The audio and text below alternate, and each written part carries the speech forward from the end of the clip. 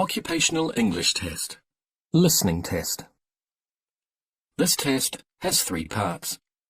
In each part, you'll hear a number of different extracts. At the start of each extract, you'll hear this sound. You'll have time to read the questions before you hear each extract, and you'll hear each extract once only. Complete your answers as you listen.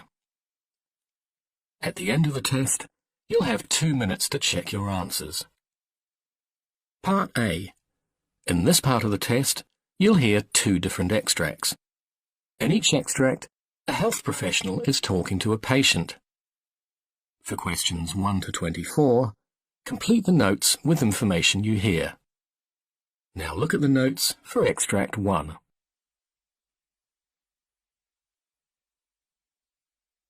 Extract 1. Questions 1 to 12. For questions 1 to 12, complete the notes with a word or short phrase. You now have 30 seconds to look at the notes.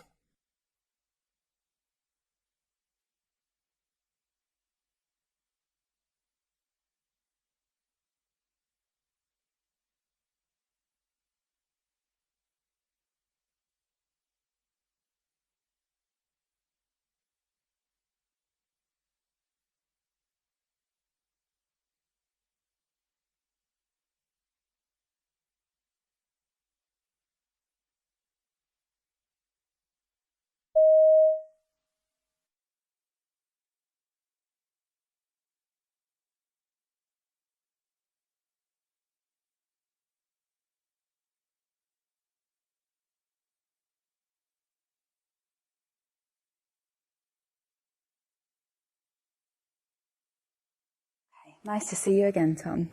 How are you today? I'm okay. So I understand that since I was seeing you that while ago, that you're in hospital again. Yeah. So can you tell me a bit more about what happened before that? Well, it was a few months ago now. Yeah, I'd done quite well for a number of years. Sort of kept it under control, really, but... Yeah, I mean, I've not seen you since your gap year, wasn't it? Yeah, so that was 4 years ago. So yeah, it was quite disappointing to go through it all again. But it sort of started at the towards the end of university. So I was doing law, and well, I was on course for a first, and I was just coming up to my final exams, and I had a few essays and a few exams, and so I started working really hard. I felt like, right, now is the real time to put the effort in and to put the work in. So I started to stay up a bit later, take on a bit more work, so my stress levels sort of start to increase over a while. I was drinking a lot more coffee, took a few caffeine tablets, and energy drinks. A few people, well, because sort of the environment at the time was a lot of people were pushing themselves that they wouldn't normally do, and some people were taking Ritalin. Oh wow, okay. Yeah, which and did you take any Ritalin? Yeah, because it was just like that was necessary at the time, and. How did that affect you? Well, it sort of increased my confidence at the time. Everything that was going on, I was becoming a lot more productive, a lot more confident, I was working harder, my brain was working faster. And so my momentum was building up and up throughout the period. And so I was relishing it, and I was, doing a lot of work. And so, what did that mean to you then to be at that time? Because it sounds like you put quite a lot of pressure on yourself. You've been doing really well at uni, and this was it. This was the time.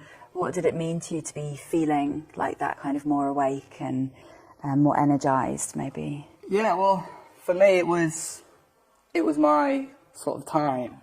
So I'd spent 3 years. I was in control. I was doing well. It wasn't really part of my life at the time. I didn't really talk to any of my friends about it. But then I started to just sort of grow into it. And I took the opportunity to enjoy this time. And it didn't really reach its peak until after my exams. I was still functioning throughout my exams. I have since found out that I didn't get the results that I wanted to. Mm-hmm. Why do you think that was? Well, I thought that I was working harder than ever, but it was misjudged, I think, and so I didn't perform to the best of my ability when it came to the exams, and so I didn't achieve a first try. I only got 2 on. What else was happening for you around that time? I mean, you talked about the pressure of your exams and staying up for them.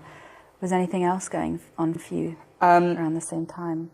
Well, so it was the end of university, and that was the time where, well, as soon as that period stopped of work, then I was sort of let off the leash a bit, and I just thought to grow even further. So I mentioned I was taking Ritalin, drinking a lot of coffee, and as soon as the exams had stopped, substance abuse sort of took a bit more of a hold.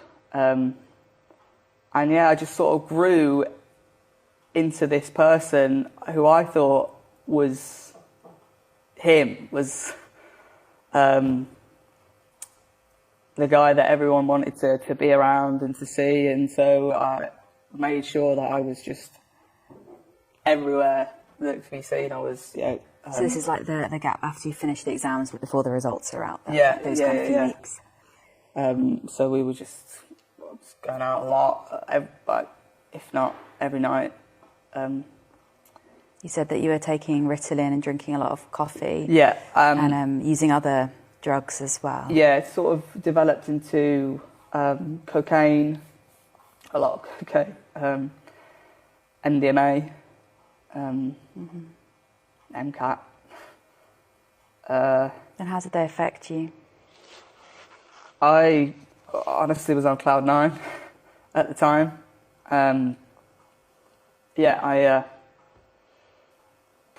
And so in this sort of role as the man about town, I spent a lot on alcohol, drugs, clothes, and I invested in this technology.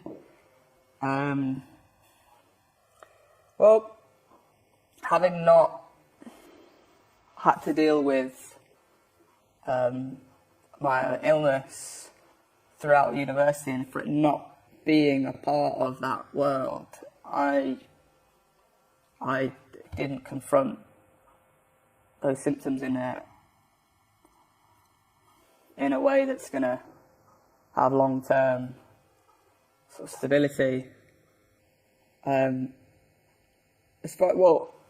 It began with doing the work that I needed to do. That's just what I needed to do in order to achieve my goals and to achieve what I want to.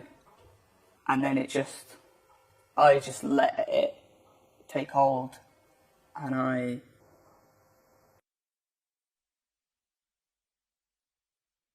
Extract 2. Questions 13 to 24.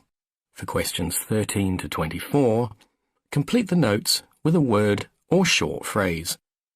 You now have 30 seconds to look at the notes.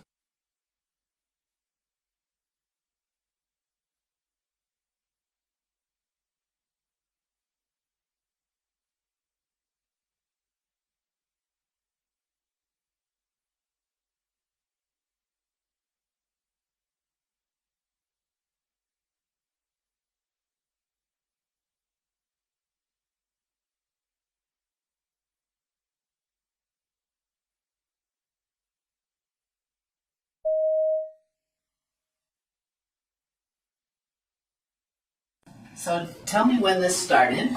Started on Tuesday morning around 9 a.m. He started to get a few red patches right across his belly and a few sporadic on his legs. Okay. And has he been sick prior to that? He had just a runny nose. Okay. We went camping, so about Sunday morning he had a fever and he started his runny nose. Okay, so started with fever and runny nose, Yep. and then this rash appeared. Yep, on Tuesday. On Tuesday. Yep. And I know you were here in the office a couple days ago. Yep.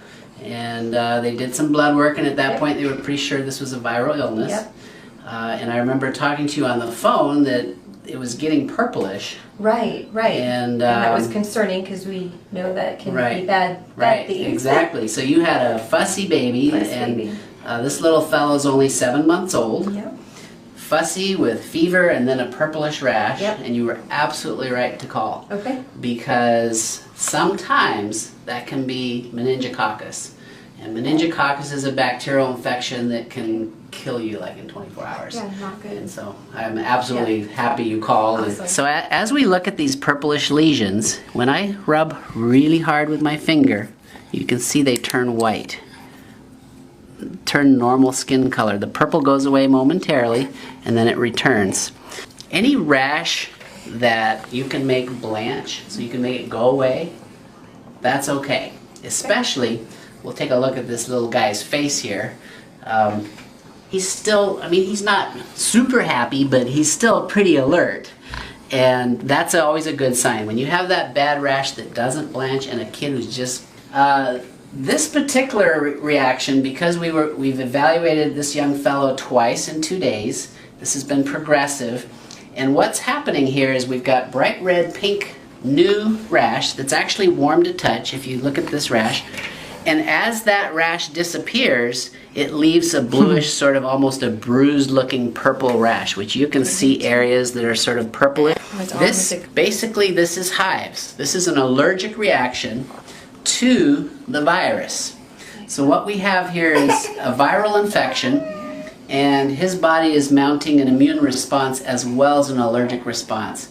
And hives come and go. A classic hive lesion, you can see one on this shoulder where there's got a little central clearing. It's kind of a little more whitish in the middle and red around it. That's sort of an example of a target lesion that you see with hives. The key with hives is, in general, your child is not that ill. Now, he happens to be somewhat ill because of his viral illness and fever, so that's what makes this particular situation both confusing and very important to have it evaluated by somebody that can really make sure you're not missing that petechiae and purpura, the non-blanching rash that can be associated with meningococcus. What we're going to do for this, since we know it's hives, if you're at home and you have a hives-like reaction, maybe a mild one, you're going to use something like Claritin or Benadryl, just those basic anti-hive, anti-allergy type medicines, and sometimes that's enough. In a more severe case like this, we're using prednisone. It's a stronger anti-inflammatory, but you definitely would not want to be getting your hands on prednisone without having a doctor evaluate first, because prednisone can cause problems if you're giving it to a child who has a bad infection. So that's the key. That's why I wanted you to come in. And thank you for doing that, coming in. Absolutely. And he's a trooper. Now, of course, you should know that prednisone can make you really grumpy. So if you get like beyond grumpy, so some kids who are so irritable on prednisone that they want to be picked up, and as soon as you pick them up they want to be put down, as soon as you put them down they want to be picked up. If that scenario happens to where he's just more miserable than he was before, then just stop it. Okay. And this is going to run its course. Because it's related to the viral illnesses often run for 7 to 10 days. Okay. Unfortunately, it's possible his hives could last for 7 to 10 days. Or since we're on our 4th day Yeah. or something like that. You know, the other main causes of allergic reactions, we think of medications, and then we think of certain foods like peanuts and eggs and strawberries, but usually the peanuts is the top of the list, or shellfish. Okay. If you have an allergic reaction to a food, you stop that food, within 2-3 days it's gone. Interesting. So even though I think he had strawberries a while ago. On Sunday, yeah. You know, today is Thursday. It would have gone away if it was just from that strawberry that he had 4 days ago. So I'm fairly confident that this is hives related to his viral illness. So it would look just like this with the food allergy possibly, but it would dissipate Possibly. Much I quicker? haven't seen too many food allergies quite this severe. Okay. But that's the general idea. These red lesions with the little slightly raised hives are also irregular margins. They kind of come and go. That's the real hallmark of hives. Also, is that coming and going.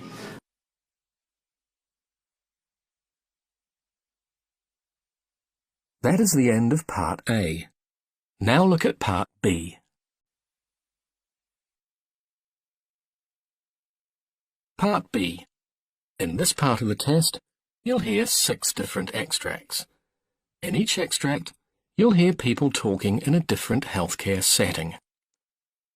For questions 25 to 30, choose the answer A, B, or C, which fits best according to what you hear.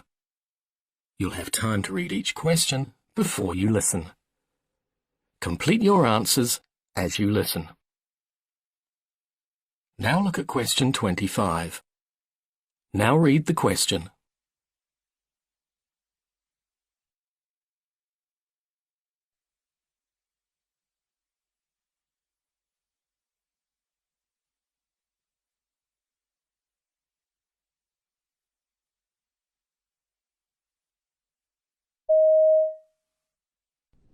Now, I just have to go through some possible side effects of the gastroscopy, if that's okay with you.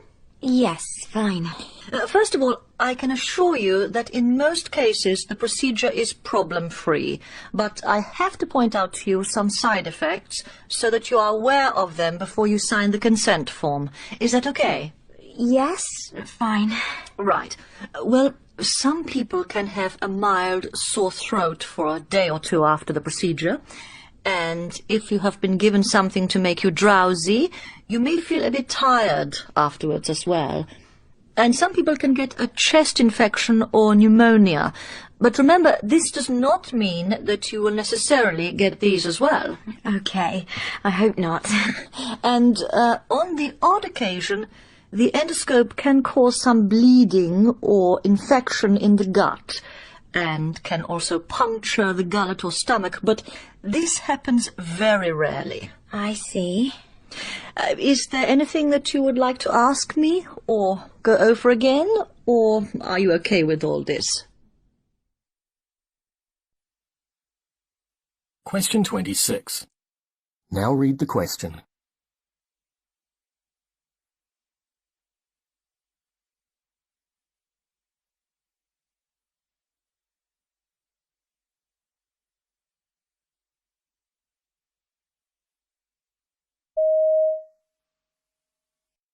Let's see now. Mrs. T. Hawthorne, date of birth 4th February 1963, hospital number 1834572Z.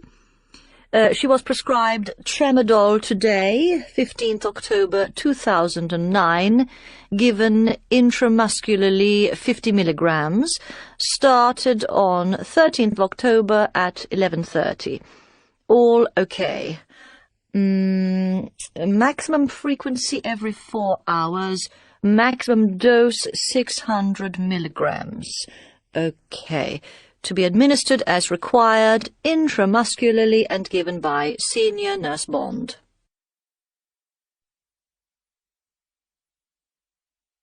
Question 27. Now read the question.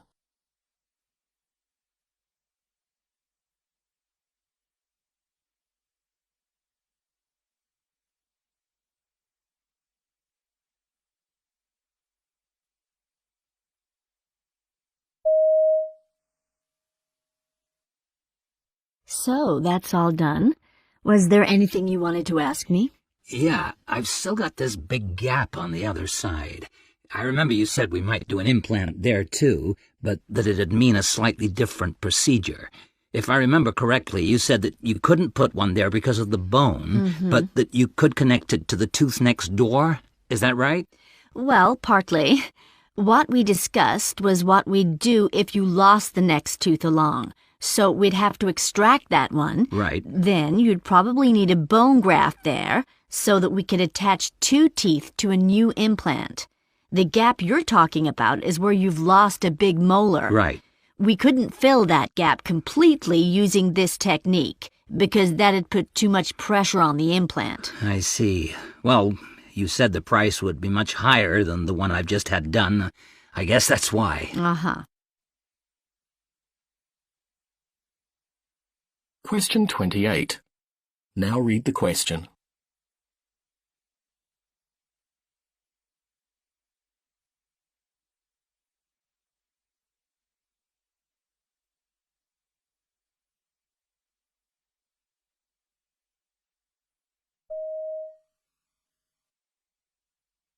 Challenges. I suppose there's positive, and we have to look for the positives of that. For me, a big challenge really in terms of nutrition is that everybody eats and drinks, so everybody has an opinion on what they are eating and drinking, and athletes are no different than the general population. You can hear messages or stories or information coming across, and sometimes that information might be suitable for Joe Public on the street, but in terms of an athlete that's training twice or three times a day, that can often be a difficulty. And factor in a couple of other things like changes in body composition, trying to gain weight or trying to lose weight.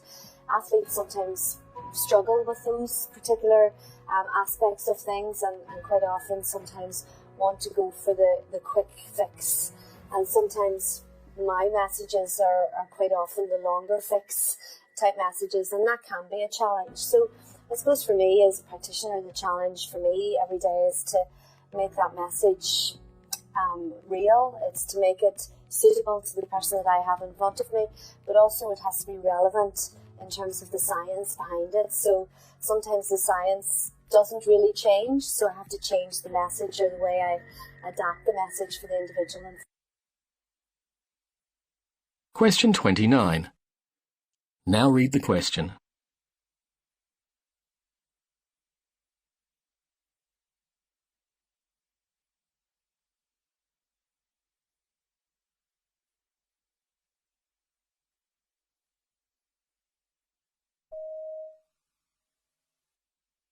Okay, we need to do our debriefing. Any comments about the case, Jackie?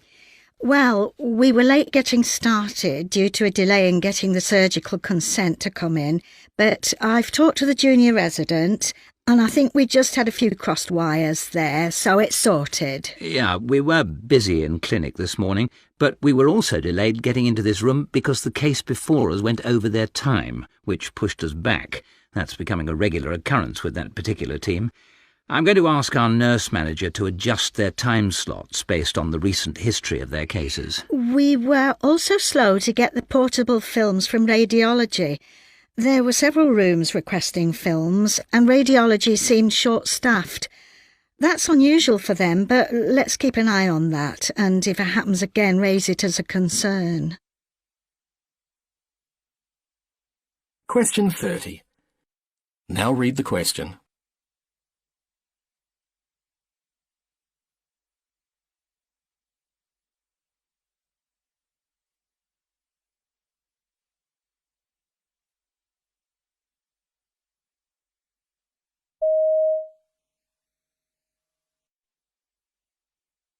In bed 12, we have Liam Ogilvie. Liam's a 45-year-old male who was involved in a motorbike accident and was admitted with a frontal lobe contusion.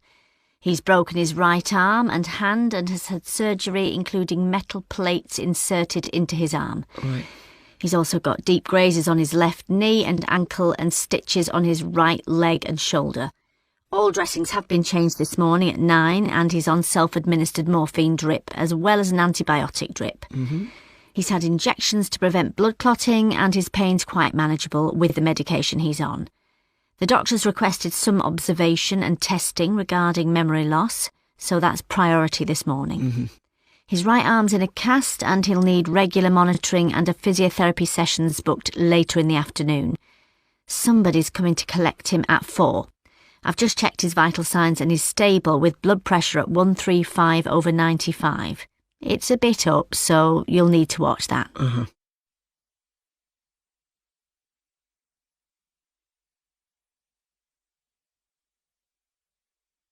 That is the end of Part B.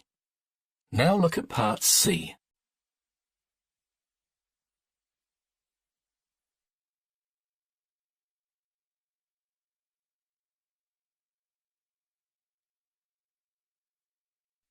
Part C. In this part of the test, you'll hear 2 different extracts. In each extract, you'll hear health professionals talking about aspects of their work. For questions 31 to 42, choose the answer A, B, or C, which fits best according to what you hear. Complete your answers as you listen. Now look at Extract 1. Extract 1. Questions 31 to 36. You now have 90 seconds to read questions 31 to 36.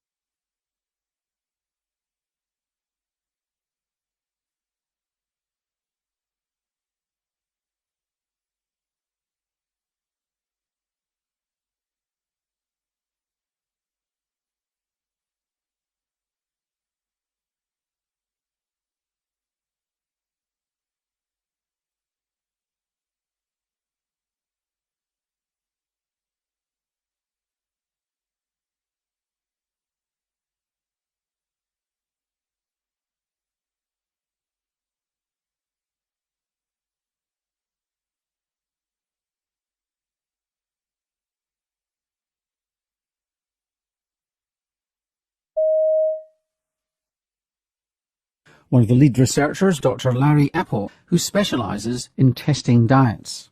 Previously, we had done 3 major feeding studies. By feeding studies, I mean studies in which we provide everything that a person eats and drinks for a fairly long period of time. Some of our studies have lasted up to half a year. So our first study was DASH, Dietary Approaches to Stop Hypertension, that identified an overall dietary pattern that was helpful in terms of lowering blood pressure and cardiovascular risk. Then we did a study. Which was a diet low in salt and high in fruit and vegetables. Actually, it tested attributes of diet other than salt. So salt was held constant, but in the diet that was most effective was a diet that was rich in fruits and vegetables, low-fat dairy products, and reduced in saturated fat. Then we did a second study that addressed the issue you brought up, Norman, which was the effects of salt on blood pressure. In that, we did a dose-response study, and the lower the sodium intake, the lower the blood pressure. Then we did a third study where we said, okay, well, those diets, the DASH diet is relatively high in carbohydrate. What if we reduced some of the carbohydrate and replaced it with protein or unsaturated fat, mostly monounsaturated fat that you would get from like olive oil, for example? Looking for the optimal diet to lower blood pressure, because blood pressure is such a powerful risk factor for heart disease and stroke. The diets that were higher in protein and higher in monounsaturated fat had slightly better reduction than the original DASH diet, but not so much that you would say we should change our guidelines. It basically said, if people reduce their saturated fat, they can replace it with carbohydrate, unsaturated fat, or protein, which is a good message, that gives people flexibility. Then our fourth study is the Omni-Carb Study. That was a study to look at the effects of glycemic index on cardiovascular risk factors. And so the idea was to say, okay, people have been espousing a low glycemic index diet is helpful. Typically, in terms of heart disease, what you see are signals related to LDL cholesterol, blood pressure. And to our surprise, there really were no major effects of the low glycemic index diets on risk factors for cardiovascular disease. So if you were a participant in our study, you would have been randomized to a sequence of 4 different diets. So one, and you were your own control because you went through all 4 diets right, yourself. So you could compare your effects on one diet to your effects on the other diet. So here are the 4 diets. One is high carbohydrate, high glycemic index. That's what we said was our sort of control diet. Then high carbohydrate, low glycemic index. Those are carbohydrates that take a bit more time to get into the bloodstream and you avoid large fluctuations. Then the third diet was low carbohydrate, high glycemic index. And the fourth, and the one that we thought would be the best, would be low carbohydrate, low glycemic index. Okay? So we are really interested in the control versus that one. Now, each of those diets, by the way, were fed for 5 weeks. People consumed all 5 weeks of the diet, and then we measured very rigorously, the risk factors, lipids, blood pressure. We measured insulin resistance as well, and we really did not see any benefit from the diet that was low in glycemic index. And wasn't there a bit of harm from one of the diets? I was agnostic on this one. I wasn't quite sure what the direction of the results would go, but I thought that if anything, there would be a signal of benefit. And actually, there was a bit of a signal of harm. It was one of the diets that had the low glycemic index. LDL cholesterol seemed to go up, which is the form of cholesterol that is considered bad. I think Frank Sachs argues that the categories of food around low glycemic index, it may well be the fibre in them that's the issue, not the... Yeah. See, this is a common issue with studies of diet or food or nutrients, is that nutrients don't cover in isolation.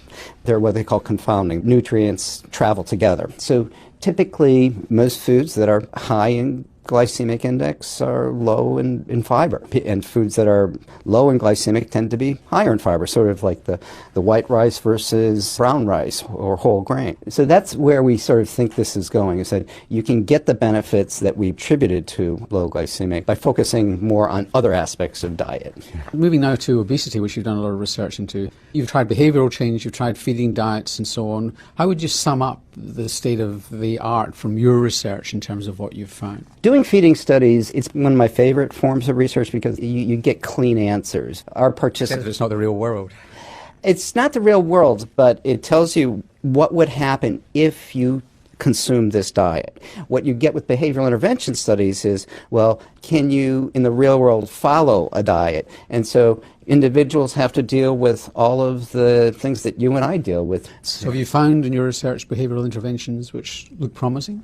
I have done a fair amount of work on helping people who are overweight or obese try to control their weight. And you do get some benefit from various behavioral interventions. Such as? What we typically try to get individuals to do is to, first of all, know where their calories come from, so they actually do what they call food records. So some individuals, it might be sugar-sweetened beverages, other people it might be large portion sizes, other people it might be frequent eating across the day. And then what you do is, working with a counselor, you identify types of foods, episodes of calorie consumption where you can pull back and where you can make substitutes and do things that are feasible. The challenge is that in order to lose weight, you have to have pretty big calorie deficits. So people typically say in order to lose about a pound every other week, you need to reduce your calorie intake by 500 calories per day. To do that, you really need to track your weight, track your calories, and so we actually embed in most of our interventions now tools to help people self-monitor. The other thing that we do is we try to have some type of continued intervention, because weight loss interventions are not just something that just sort of you give it and it's over. It really requires some efficient way to sort of continue it with fairly frequent contact, but doing it efficiently. So instead of having a person either meet you or call you, you have some sort of inexpensive approach to sort of keep you engaged over time, which we think is really important. And very quickly, a huge problem in Australia, which is damage to your kidneys, which can affect your health profoundly. Yeah, that's another area of my interest. So I try to look for interventions that are modifiable. And so I've been interested in diet, physical activity. With kidney disease, it's probably a mixture of modifiable as well as genetic. You accumulate this, it's aging, it's heart, it's arterial disease, it's drugs, it's all sorts of things that accumulate kidney damage as you get older and increase your risk of heart attacks and strokes. Aging represents the cumulative burden of exposures or bad things that have happened to us over time. So if we're consuming foods that damage, our arteries or kidneys over time, that'll progress. Now I don't want to dismiss the effects of diet. There have been other investigators who have focused on diets rich in fruits and vegetables And there might be a benefit in terms of what we call acid-base balance, where we're providing some what we call bicarbonate, which is a base, that actually helps to preserve kidney function. It's early evidence. I think there's a good signal there. But there's something going on. I can tell you that just in this community around Hopkins, very high prevalence of chronic kidney disease, proteinuria, which is a manifestation of kidney disease. And many of us think that it's something about the environment, and I personally think it's an adverse diet that is actually contributing to it.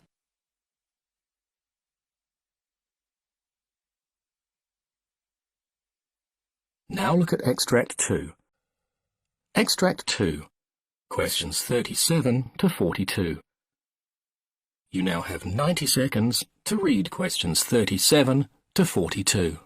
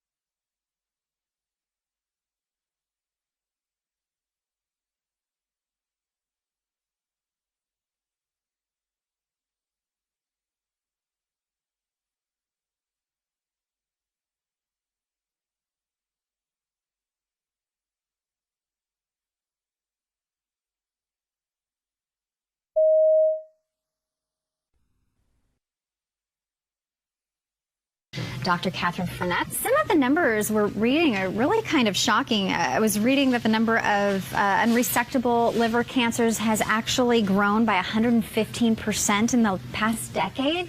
Why are we seeing some of these numbers rise when it comes to liver cancer? So liver cancer, or cancer that starts in the liver, is really caused, most patients who have liver cancer have underlying liver disease or cirrhosis of the liver, scar tissue in the liver. And we're seeing more patients with fatty liver causing cirrhosis and an increase in liver cancer because of that. And then also still seeing a lot of patients with hepatitis C developing liver cancer, even though we've got great treatments for that virus as well. So a lot of times people connect liver disease with people who drink excessive amounts of alcohol. But as you're saying, hepatitis is a factor here, and we're seeing it in more people that maybe aren't abusive of alcohol. Absolutely. Alcohol isn't even the most common cause for cirrhosis. The most common reasons really is fatty liver, which is associated with diabetes, high cholesterol, obesity, and the metabolic problems that we're seeing on the rise as well. And then viral hepatitis is the second most common. Wow. So when we're talking about treatments of liver disease, liver cancer, there's really not too many options out there. What are we looking at as far as new treatments and treatments that have been shown to be somewhat successful? Yeah, so when we're thinking about liver cancer, as I said, most people have underlying liver disease. So liver cancer is a little different than other cancers because we have to think about the underlying liver problems in addition to thinking cancer itself, which is why a lot of liver cancers are treated by liver doctors and not necessarily cancer doctors. So most of the time, the best treatments are surgical, either cutting it out or doing a liver transplant. But unfortunately, most patients, about 80% of patients, aren't diagnosed in time to get that surgical treatment. And that's when we really are talking about the unresectable or inoperable liver cancers, where we're now thinking about the new treatments that we have available. And I would imagine as we see with other cancers, the reason it's being diagnosed so late is because the symptoms are kind of all over the place. So let's talk about the symptoms and what those typically are for both liver disease and liver cancer. Yeah, so liver disease really doesn't cause a lot of symptoms until it's advanced. And this is part of the problem with diagnosing liver disease and diagnosing liver cancer. As I say to my patients, the liver is a very forgiving organ. So it has to go through a lot of damage before it actually causes symptoms. And that might be things like tiredness, itching, yellow eyes, swelling in the legs, swelling or water buildup in the abdomen, and confusion and not thinking clearly. Those are some of the advanced symptoms that we see. But when it's early liver disease, we really don't see a lot of symptoms at all. Liver cancer is the same way. So if you think about the liver, it's about the size of a football. We want to find a cancer when it's the size of a golf ball, and you can hide a lot of golf balls inside of a football without having any symptoms at all. So when somebody has liver disease, it's important that we actually do screening for liver cancer, and we check them every 6 months with lab tests and imaging tests, an ultrasound or a CAT scan or an MRI, so that we can find these cancers when they're early. Who's a good candidate for doing screening before there are any symptoms? Maybe you have a history of it in your family. Maybe you know that you haven't been exactly great about your alcohol use or smoking, other risk factors. Can you walk into your doctor and say, hey, for my liver function? Absolutely. So liver function screening is really just a lab test. There's an easy lab panel that we can get, and primary care doctors often do it, but not always, as part of the yearly physical. But if you have risk factors for liver disease, it is important to know what your liver panel looks like and know whether you have liver problems or not. Okay, and are there different ways to diagnose what the problem might be if the liver function test is off? So if somebody has elevated liver function tests, then the next step is we do a whole panel of labs to try to diagnose why they have those liver function problems, because there's a lot of things that can affect the liver. We also see sometimes where people can just have one-time elevations of liver tests and it goes back to normal, and that doesn't mean anything if it's just one-time elevated, unless you also have risk factors. Yeah, so again, that forgiving organ. Yes. And really, liver cancer, even though we've seen these numbers kind of skyrocket, it doesn't seem to get the attention that some of the other cancers do. Why do you think that is? So I think that, liver cancer right now is actually the 5th most common cause of cancer-related deaths. And it's actually one of the few cancer deaths that's actually increasing in incidence and frequency as compared to decreasing. Most cancer deaths are actually going down. Liver problems, as you said, oftentimes are associated with alcohol or drug use or things like that. So there's a lot of social stigma that happens when people who have liver disease, and I think that's part of it, where we're not really seeing that information come through because there is that stigma.